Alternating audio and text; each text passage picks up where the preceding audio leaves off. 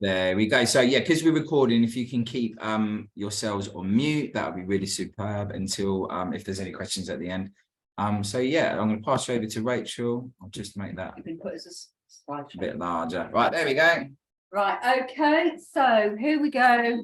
The reason why we're looking at smart moves today is this is an intervention that Anita used to run. And there are a number of pupils who have it on their EHCP, and afterwards I'll send that link.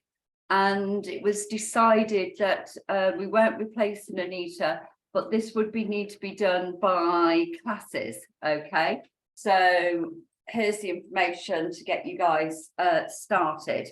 Not only is this useful for those children who have it on their EHCPs, Section F provision has to be delivered, it's also, you'll find some people who their physical skills are not where we would necessarily want them to be, so it's great for them. It might also be something you want to do in your movement breaks and things like that. So let's start. So Smart Moves is a motor skills development program. It comes with the whole kit and everything. And although the picture there shows it in a box, I have it all on a pen drive, and I will create a folder so everybody can just access it. So here we go. It is, this is just a bit about it. So not only does it work with coordination and movement, but also self-esteem and confidence and spatial and body awareness. And actually, because it can be done as a group, it works on social skills as well. Actually is quite good fun. And I've done it in the past as well as Anita, and I've actually really enjoyed doing this. And it works on particular areas. So the colored boxes that you see on the images, they all stand for different areas that it concentrates on when we're looking at movement. So moving on. So first of all, what we have is an assessment. You want to know where the children are at. So this is the assessment sheet. And as you can see, the red is about movement of travel, green is about balance, etc., etc. And there is a little pack of support materials that will give a nice little image and what the task is and other things to consider. And you mark that, and it gives you the coding of not close, just, with support, and fully confident. And from that enables you to work out the areas of which you need to work on for your pupils. And you take that information and you date where it says initial date screen from when you did those assessments, and then looking at the information that you've gathered, the areas of action that helps you plan. Okay, and then you plan a review date, and I would be suggesting that is so you do an assessment at the beginning of the term and a review date at the end of the half term, ready for new areas action when you come back for the second part of the half term. And when you plan this, also plan when you're going to do it. This needs to last for about 20 minutes, and it works 3 times a week. So it's quite a comprehensive program. It's not yeah, with balancing and stuff like that, right?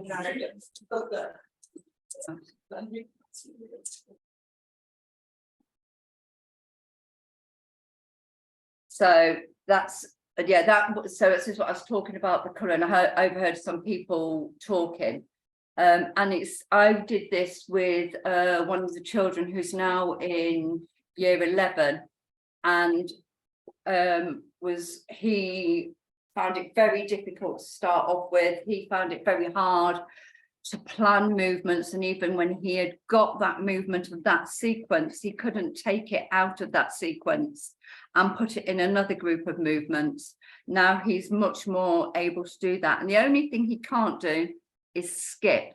And how much useful is skipping as a life skill? So I left it on that as no, stopping there, because that was something I thought he had done all the areas he could, much better at planning, organising himself, much more aware of his body, and skipping was that thing that would be probably for him too difficult to achieve. And I made that judgment myself. So when we come to implement it, as I say, we're doing it 3 times a week for 20 minutes. And I've just showed the activities are colour coordinated. So for each area they link. You have the light blue is warm up, and the pink is cool down. And those other colours, off the top of my head, I can't tell you what they, I'm going to be honest, I can't tell you what they stand for. And it can be linked to maths and literacy, and there are things, there are resources for that as well. And there is a whole bank of things to look at, again, with pictures of to support the children and instructions to support yourself. And the blue box is all about how you can differentiate, how you can make those appropriate adaptations for different people. So if you're using it as a whole class activity or a group of 5, for example, not everybody will be on the same level. So it enables you to think of different ways, or to support different people with different abilities, or move it on to keep the interest going. I really like this resource. It does all the work for you. And then you have an achievement log for those people who have it on their EHCP, or this is needed because I need this as evidence. You may not do this if you're doing it as a whole class, but it's great because you could actually use it to it is supposed to be linked with the PE curriculum. Josh will know more whether it is or not, but it could, you could liaise with Josh and use that as well in the assessment there. But I would actually need this for, it's just larger than a handful of pupils who need this.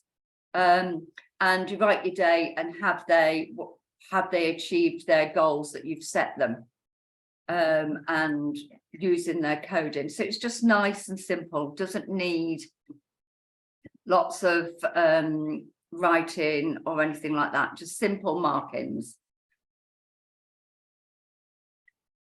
And then you go back, as I say, do it for 6 weeks, go back, do a review, do that initial assessment that you did before.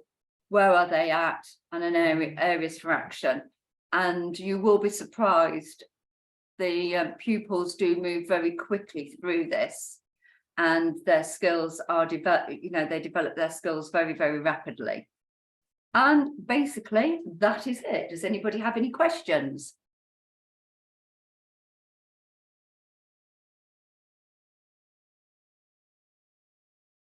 Are you all okay?